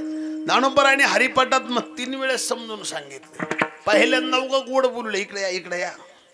काय म्हणले? इकडे या इकडे या. हा लगेच देव भेटतोय. म्हणजे काय म्हणता? एका मिनिटात देव इकडे बरं, तुम्ही लगेच देव देतो तुम्हाला. कोण म्हणायले? ज्ञानोबर आहे. उगा सुतविस्तोर आणि सुतविस्तोर देव देतो आणि इकडे लगेच देतो देव. किती मिनिटात? एक क्षणात. देवाचे हे द्वारी वाक्षण भरी तेने मुक्तिचारी साधी. गेलं ते मंदिरात आणि म्हणला माऊली कुठे देव? म्हणजे सांगतो ना तुला. पुन्हा सांगितलं थोडा थांब. आणि ते म्हणलं पण कसा मला दिसेना. ते म्हणले असा कसा दिसेल? त्याला पाहायचं असेल तर कुणाच्या संग जावं लागतं. मनानं जाऊन जमत नाही. मनोमार्ग गेला. तुला पाहायचं त्याला. मग आता मी सांगतो तसं ऐक. नादी लागलं नाही. हे नादी लागलं. सांगितलं संताचे संगती मनोमार्ग गती अकळावा श्रीपती येणे बंद. संताच्या संगतीत राहा. ते राहिलं संताच्या संगतीत. म्हणले माऊली पण मी 2 वर्ष झालं संताच्या संगतीत, अजून देव दिसला नाही. महा ते म्हणजे निस्त्या पंक्ती खाऊन देव दिसत असतो का? राहिला संताच्या संगतीत, पण तिथं निस्त्या पंक्ती खाऊन कसं जमल? काय कर? सर्व सुख गोडी साही शास्त्र निवडी रिकामार्ध घडी राहू नको. बाबा सगळं पुन्हा सांगितलं. आता अभ्यास कर, शास्त्राचा अभ्यास कर आणि सतत थोडासा बी मोकळा राहू नको. रिकामार्ध घडी राहू नको. मग काय कर? तर देवाचं भजन कर. रामकृष्ण हरी विठ्ठल केशवा. आणि मंत्र हा जपावा सर्व काळ. मंत्र हा कसा जपायचा सांगितला? सर्व काळ जपत राहा. खंड नाही पडला पाहिजे. आणि महाराज सांगतात ज्यांचा खंड पडत नाही ना, सततम कीर्तयंतो, ज्यांचा खंड पडत नाही त्यांनी सांगितलं तरी कीर्तनाचे न नटनाचे नासिले व्यवसाय प्रायश्चित्ताचे जथे नामची नाही पापाचे ऐसे केले. कारण तरी कीर्तनाचे न नटनाचे. बाबा कीर्तनात जर तू नटून राहिलास आणि एकाग्र चित्तानं जर भगवंताचं भजन केलंस तर पाप शिल्लक राहत नाही. नाशिले व्यवसाय प्रायश्चित्ताचे जेथ नामची नाही पापाचे ऐसे केले. जिथं पापाचं नावच शिल्लक राहत नाही असं देव करतो तुला. पाप संपत. लक्ष द्या. पण आम्ही नामस्मरण करतो नाही असं नाही. पण आमचं नामस्मरण. मी एक जणाच्या घरी गेलतो चहा प्यायला. लोकाला नाद आहे जास्त. जर आप एखादा महाराज वारकरी गेला ना घरी तर लोक जरा देवपूजाला जास्त नेट लावितात. त्यांना वाटतं आपलं बी वजन असं दाखवावं. असं देव असं पसरून मांडलेलं. आम्ही गेलोय आपलं थोडं चर्चा करण्यासाठी आणि याचं देवपूजाच उरकाना. योग असा की त्याच्या मंडळीने तिथं दुधाचं पातेलं आणून ठेवलं होतं. याचं देव चोळाय चालू. मी म्हणलं तर हे एवढं जर नेट लावून देव चोळीत असेल आपण ह्याच्याकडे का बघा. मी आपला मोबाईल काढला आणि बसलो मोबाईल बघत. आता हे एक साधन झाले माणसाला. कोणच्या बी एकटा बी बसला आणि मोबाईल काढला की सोपं आहे ते. मी म्हणतो बसल्या बसल्या मोबाईल बघायला काही अडचण नाही. पण इतकं अवघड व्यसन झाले. लोक चलत चलत मोबाईल बघायला येत. रस्त्याने चालताना सध्या मोबाईल बघायलेत. यांनी मोबाईल बघताना एवढी हँग झालेत महाराज. एक जण असं रस्त्याने मोबाईल बघत चलत होत. रस्त्याने बघत बघत चलत होत आणि बघत बघत चलत होत. एवढं हँग झालं त्याला. त्याचं घर आहे का दुसऱ्याचं ह्याचा मेळच नाही. शिरलं दुसऱ्याच्याच घरात. पर त्या घरात शिरल्याच्या घरात गेल्याच्या नंतर त्या घरात जी मॅडम होत्या त्या बी मोबाईल बघण्यात व्यस्त होत्या. आता मोबाईल सगळ्याकडे झालाय. तिला फक्त दरवाजा वाजला मध्ये आपल्या घरात कुणीतरी आलं याची चाहूल झाली. बरं तिनं मोबाईल मध्ये टाइमात बघितलं तर ते सुट्टीचा टाइम झाला होता. मग आता म्हणले आपलं चाला असेल दुसरं कशाला येईल. त्याच्या तोंडाकडे बघण्यापेक्षा मोबाईल बघत बघतच चहा केला तिनं आणि मोबाईल कडे बघत बघत ह्याला आणून दिला आणि ह्यानं बी मोबाईल बघत बघत घेतला आणि ह्यानं चहा असा बशीत वतला आणि चहाचा घोट घेणार. त्या घरात मालक आला. जागीत का तुम्ही? बिनवळकीचा बाबा घरात बसलाय चहा पेत बसलाय. आडी हाणून घर मालक आले. कसं होईल? माणसं म्हणलं कुणास ठेव काय होईल ते आपण तरी काही नाही झालं दादा. यानं घरात पाय टाकला आणि त्यानं चहाचा असा फुरका मारला सुर्र करून. ह्यानं पुढं बघितलं. पण झालं होतं काय. हे घर मालक बी मोबाईलच बघत आलं होतं.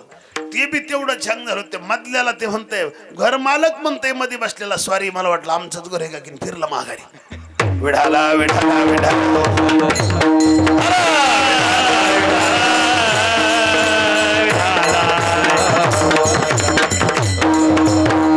ऐका सज्जना. वाटे बा आश्चर्य नुसत्या छंदाचे.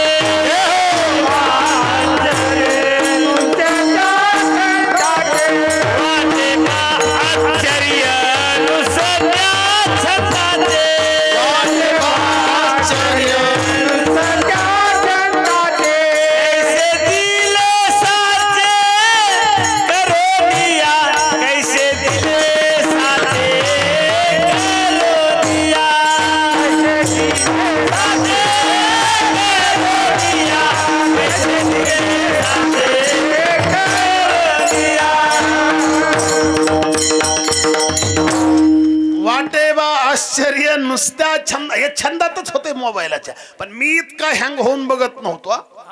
हा मी तितका हँग होऊन नाही. मी उगा टाइमपास म्हणून बघत होतो. आणि याची देवपूजा उरकाना. तिथं दुधाचं पात्याला ते मांजर आलं तिथं असं जब धरून म्याव करून तिथं. त्या महाराजाला वाटायचं हा महाराजानं मांजराला हाणावा. पात्याला काही आलंय माझी देवपूजा चालू आहे मला बोलायचं नाही. मी मुद्दाम मोबाईल चाळायला सुरू केला. म्हणलं का आपल्या बापाच्या घरचं दूध आहे का? पिलं तर ह्याचं पिन आणि उगा धर्माला कशाला आडवं होय. मी मोबाईल का बघायचो आणि ते आता त्याला बरं माझ्या देखता मंत्र म्हणता म्हणता ते हे बी म्हणाय ना ते बांद्राला फिर बी म्हणाय ना. पण त्यानं मोठ्यानं मंत्र म्हणायला सुरू केले. मी म्हणलं मोठ्यानं म्हण नाही तर बोंबल.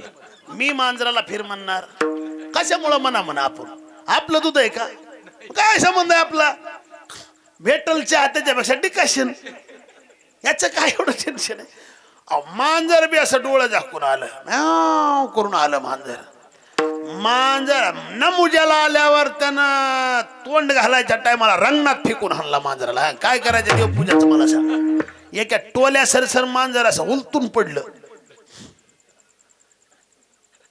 म्हणलं माझं लक्षच गेलं नाही पण देवाचा तुमच्यावर फार उपकार आहेत स्वतः देवानं मांजराच्या अंगा उडी हाणली म्हणलं त्यांना तसं नाही हे जर पेलच असतं मांजर तर मंडळीचं आमच्या 3 दिवस मिटलंच नसतं हा जर मंडळी थोडी कडक आहे लक्ष द्या माझ्या बोलण्याकडे सज्जन अशा पद्धतीनं जर तुमचं चित्त असेल आणि हे असेल तर हे नाही चालत नामस्मरण करायचंय ना बाबा कुठं जायची गरज नाही पण चित्त एकाग्र झालं पाहिजे माहिती तुम्हाला कसं चित्त एकाग्र करावं लागतं माझ्या जगद्गुरु तुकोबारायांची साधना चालू होती ऐका झालंय माझं कीर्तन 10 मिनिटात संपत आहे दादा माझ्या जगद्गुरु तुकोबारायांची साधना चालू होती भामचंद्र डोंगरावरती तुकोबाराच्या अंगावर विंचू खेळत होते विंचू मांडी खाली साप होता ऐका दादा मांडी खाली साप होता आणि समोर वाघ होता आणि तुकाराम महाराज कुठं गेले ते कोणालाच माहित नव्हतं पण शोध घेत घेत तुकोबारायांचा 14व्या दिवशी भाऊ का 7व्या दिवशी तुकोबारायांचा भाऊ भामचंद्र डोंगराच्या जवळ गेला त्या गुहेमध्ये तुकोबारासारख्या तुम्ही जर ती भामचंद्राची गुहा पाहिली असेल तसं लांबूनच गुहा दिसते गुहेमध्ये तुकोबारासारखा महात्मा त्याला दिसला तो धावत जाणार त्या कडाया असा त्या कड्याकडं पण जवळ जवळ गेल्याच्या नंतर त्या रस्त्यावर वाघ बसलेला दिसला तिथं त्या गुहेच्या तोंडावर जागेवरच उभं राहिलं आता आवाज देवा तर वाघ येतोय पण वाघ उठून गेला आणि मग हे जवळ गेलं लय दादा दादा म्हणल्याबरोबर मांडी खाल्ल्यानं फडी काढली कळायलंय माझं बोलणं मांडी खाल्ल्यानं फडी काढली इकून असा मागून विंचू पुढं पळत आला तुकोबाराच्या अंगावरून आणि याचं भान तुकोबारायला काहीच नाही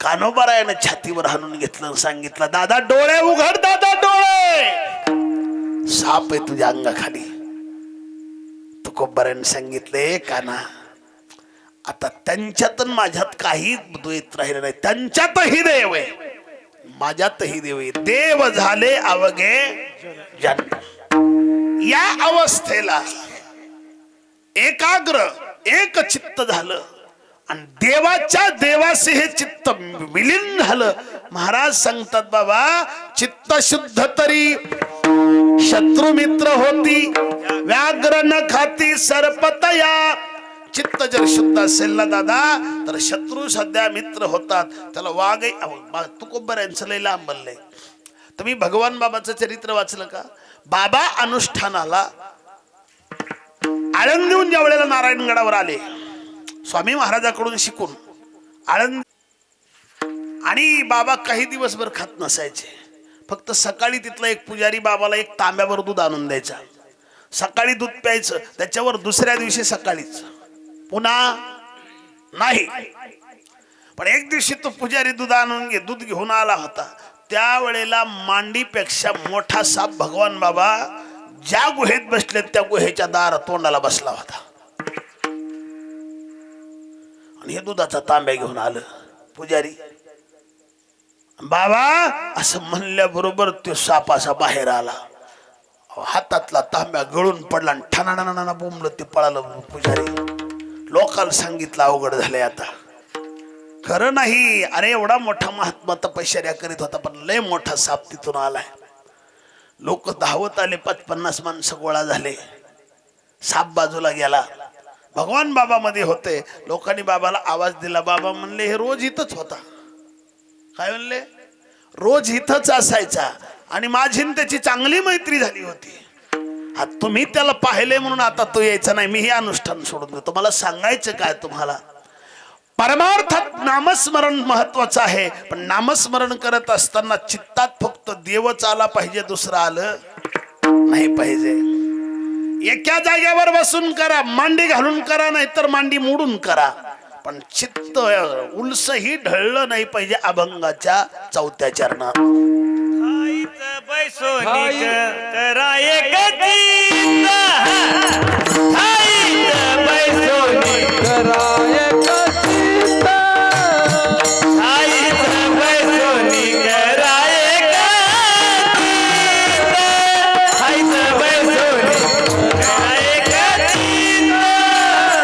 आईचं बैसोनी करा एक चित्त.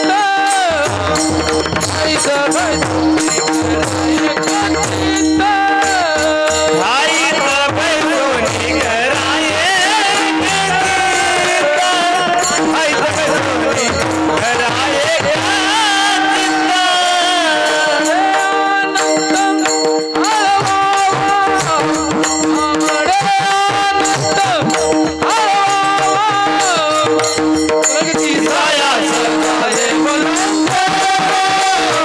आईचं बैसोनी करा एक चित्त.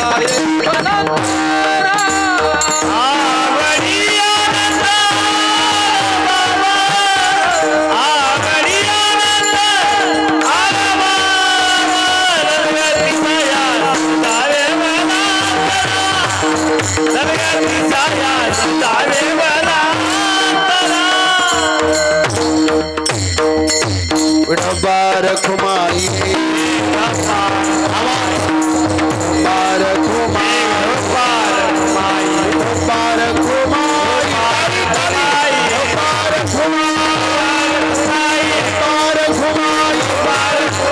बारख माई बारख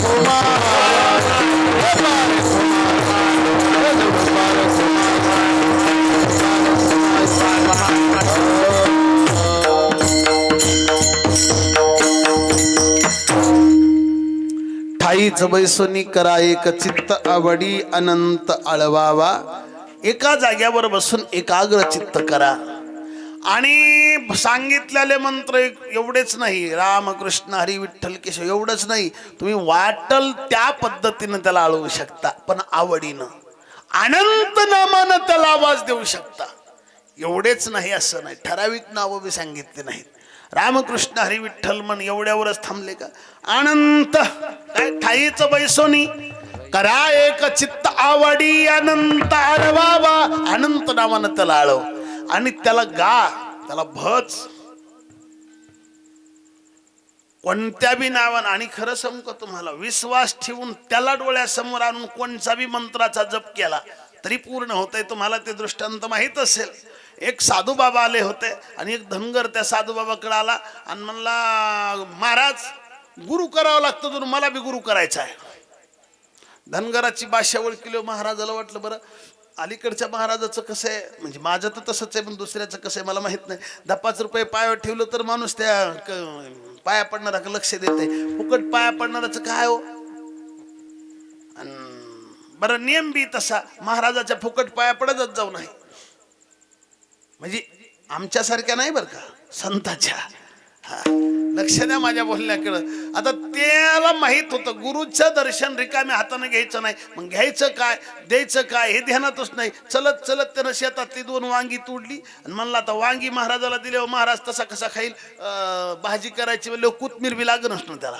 मग थोडी कोथमीर बी उपटिली घेऊन आला आणि ठेवली महाराजाच्या पायावर आणि ते म्हणला, महाराज मला गुरु करायचा, द्या गुरुमंत्र, हे तुमचा गुरु दक्षिणा. महाराजाचं लक्ष आता ते वांगी 2 आणि ती कोथमीरची जुडी म्हणल्यावर महाराज म्हणले हे गिराईक तसंच दिसते. त्यांनी गुरुमंत्र त्याला तेच दिला. कोणचा? 2 बाईंकडे 1 कोथमीर की जुडी. जा म्हणले असंच म्हणत राहतो. म्हणला ह्याच्यावर भेटत देवते म्हणले भेटतो. महाराजांनी त्याला खरा मंत्र दिला का टिंगल केली? जागेत ना तुम्ही टिंगल केली, बरोबर आहे. खरा आता ते मंत्र असतो का 2 बाईंकडे 1 कोथमीर की जुडी?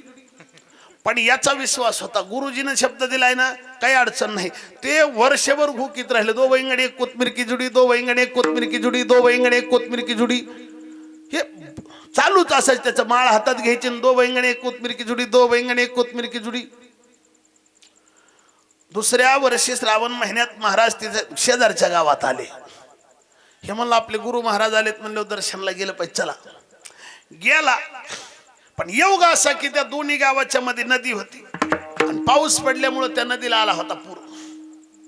तेव्हा आपल्या महाराजांना सांगितलंय, बरं आपण कीर्तनात ऐकले गुरुमंत्रावर भवसागर तरून जाता येतो. हे तर बारकुशी नदी आहे, सागर तरता येत असेल तर नदी तरायची लय अवघड आहे का? हा, फक्त म्हणला गरज कशाची तरी, बस आपलं पलीकडे जायला काहीतरी साधारण आपल्याकडे साधन पाहिजे ना. मग त्यानं ते घोंगडी होती खांद्यावर, घोंगडी अशी खाली नदीच्या कडीला टाकली, अंथरली आणि तिच्यावर मांडी घालून बसला. कशावर? घोंगडीवर. आणि डोळे बंद केले. मला दो इंगडी कोथमीर की जुडी, उचल घोंगडी चल पैल थडी. घोंगडी आधार उडाली आणि पलीकडच्या कडीला गेली. म्हणलं वजन आहे ना मग आपल्या महाराजा गुरुजीच्या मंत्रामध्ये. आणि गेला तिकडे, उचलली घोंगडी खांद्यावर टाकली आणि गेला आणि म्हणला महाराज तुम्ही दिलेल्या मंत्राचा जप. महाराजाच्या ध्यानात बी राहिला नाही. महाराज म्हणले तू माझा शिष्य कसा काय? गेल्या वर्षी नव्हतो का ती 2 वांगीन कोथमीरची जुडी घेऊन आलो आणि तुम्ही मला मंत्र ते दिलेला, तेच शिष्य. म्हणले बरोबर. कस काय आला? पाऊस चालू आहे, नदीला पूर आहे, तू आला कसा? ते म्हणलं तुमच्या मंत्राच्या जीवावर, आणि मी आलो नाही, तुम्हाला जेवाय घरी घेऊन जाणार आहे आता. म्हणलं महाराज म्हणले नदीतून? नाही नाही म्हणले आता मी आलोय काय होय, आता मी एकटा आलोय, डबल सीट काय अडचण आहे. बरं तुम्हीच दिलेला मंत्र आहे आणि तुमच्या मंत्रावर विश्वास नाही का? महाराजाला माणसात नाही बी म्हणाय ना, नाही म्हणावं तर पंचायतच आहे, आणि हो म्हणावं तर हे बाबांना नदीत घेऊन बुडविलं तर हे धनगर आडमुठ, आणि जर बुडविलं तर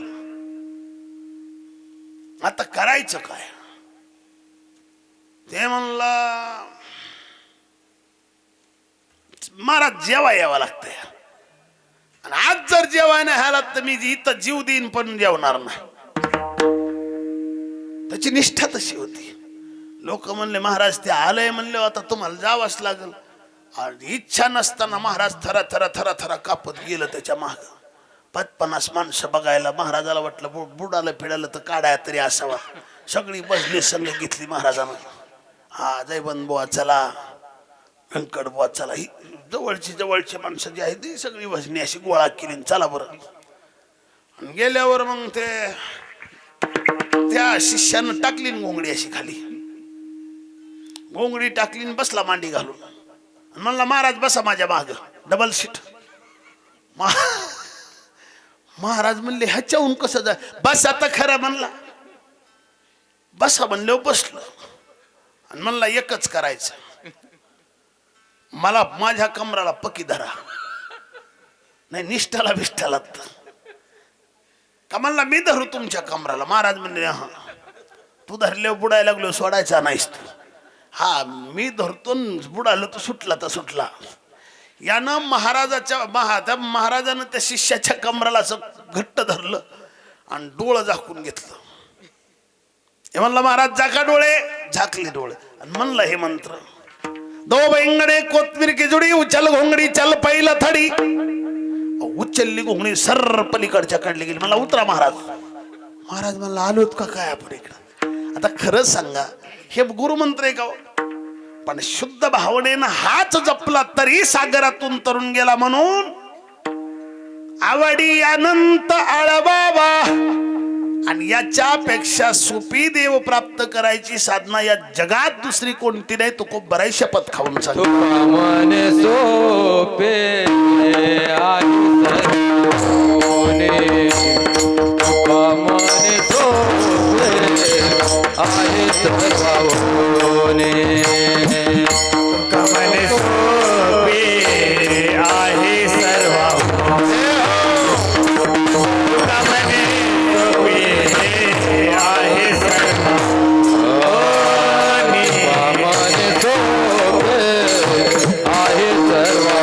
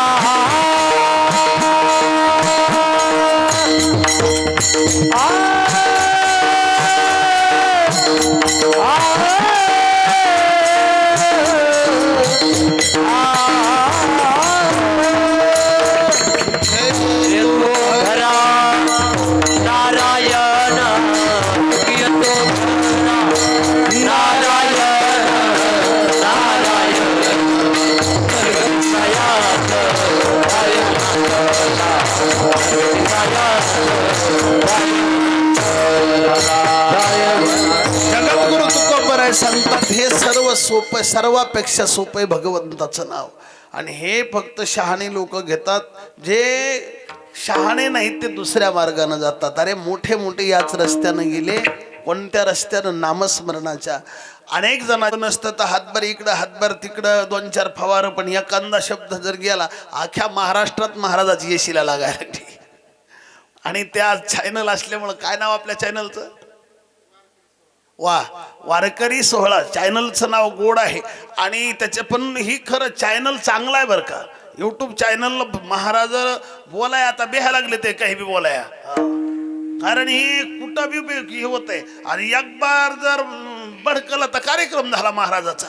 त्याच्यासाठी महाराज दुरीत चालायलेत. बऱ्याचशाच लोकांना माझ्या एरवीच्या कीर्तन ज्यांनी ऐकले त्याला महाराज आज विनोद का करीनात, महाराज हसवेनात का? अरे हे एवढं मोठं पुढं असलो कसा विनोद करू? लक्ष द्या.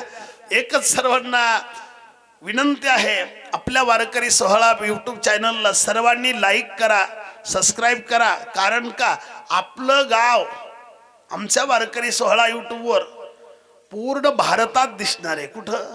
भारतात दिसणार आहे. आणि आपण जेवढ्या लाईक करतो, जेवढ्या सबस्क्राईब करतो, जेवढ्या हे करतो, तेवढं ते असं वेगानं प्रसिद्ध होत चालत असतं. मग यांच्या चॅनलपेक्षा आमचं गाव सगळ्याला दिवस दिसावं असं वाटत असेल तर जेवढ्याला माझा आवाज ऐकू जातोय, जेवढे इथं आहेत तेवढ्याने आपापल्या मोबाईलमध्ये आता लगेच वारकरी चॅनल ते काय म्हणायचे त्याला ओपन करायचं आणि लगेच असं लाईक करायचं, घंटीचं बटन दाबायचं आणि ते सबस्क्राईब करायचं. हे सगळ्यांनी करा. आणि तुम्हा सर्वांना झालेली कीर्तनाची सेवा समर्पित इथं भगवान पांडुरंगाच्या चरणी प्रार्थना करतो. मला कीर्तन करावं असं ताकद राहिली नव्हती, खोटं सांगत नाही. सकाळचं कीर्तन बीडच्या जवळ होतं, तसल्या उन्हाचा इथं आलो, कथा केली. कथा झाल्याच्या नंतर पुन्हा एवढी भूक लागली होती आणि योग असं आमच्या आईजो व्हायचं इथं. आता हे मला काय झालं, यंकड होईजो ही सगळी भजनी मंडळ जे आहे ना तुम्ही घरची वाटायलात आता. मग ते गावरान म्हशीचं दूध आणि त्याचं मी म्हणलं होतं कीर्तन आजचं 10:30ला उरकितो, पण ते भाऊ म्हणले मग आम्ही उलस पाकिटात कमी जास्त करू. म्हणून म्हणलं भाऊ 11 आता काय तुमच्या हातात आहे. नाहीतर पण बघता टाइम झाला. सगळीच मंडळी, विशेषतः आमचे मृदंगाचार्य काय शिवानंद महाराज, शिवानंद महाराजांचं तबला बी तेवढाच तयार आहे आणि मृदंग ही तेवढाच तयार आहे. माझं भाग्य आहे की तुमच्या सानिध्यात मला 7 दिवस राहण्याचा योग येतोय. आणि एका दिवशी आमच्या रामायणाची बी शूटिंग करायला. ज्यात मी सांगाल तसं तुम्हाला, कारण रामायणाची शूटिंग सध्या होणं गरजेची ना. एका 2 वेळेस या, तुम्हाला जसं बनून तसं. ऐका सज्जन आहो, तुम्हा सर्वांना एक विनंती आहे. उद्या एवढी गोड कथा आहे, राम जन्माची कथा आहे. जेवढ्या संख्येनं तुम्ही उपस्थित राहताल तेवढीच कथा गोड होणार आहे. म्हणून सर्वांनी उपस्थित राहावं ही सर्वांना विनंती. साऊंड सिस्टीमवाले दादा सध्या खूप गोड सिस्टीम देत आहेत बरं का. काही कुठं अडचण नाही. उली तिली कमी जास्त होत असताना मग ते कमी जास्त का करत असतो सांगू का, त्याचं नाव नाही घेतलं कमी जास्त करतो म्हणून. नाही तर साऊंड सिस्टीमवाले दादा एकदम छान आहेत. आता राहायचंय आता आपल्याला 5-7 दिवस, कुणाच्या नादी लागावं होय, हे आसान ते आसान, कुठं काय करीत बसायचे, आपले सगळीच गोड आहेत होय महाराज, कुठं कुणाच्या नादी लागावं. त्यासाठी झालेली सेवा पांडुरंगाच्या चरणी समर्पित. आणि सेवेला पूर्ण विराम विठ्ठल ज्ञानेश्वर माऊली.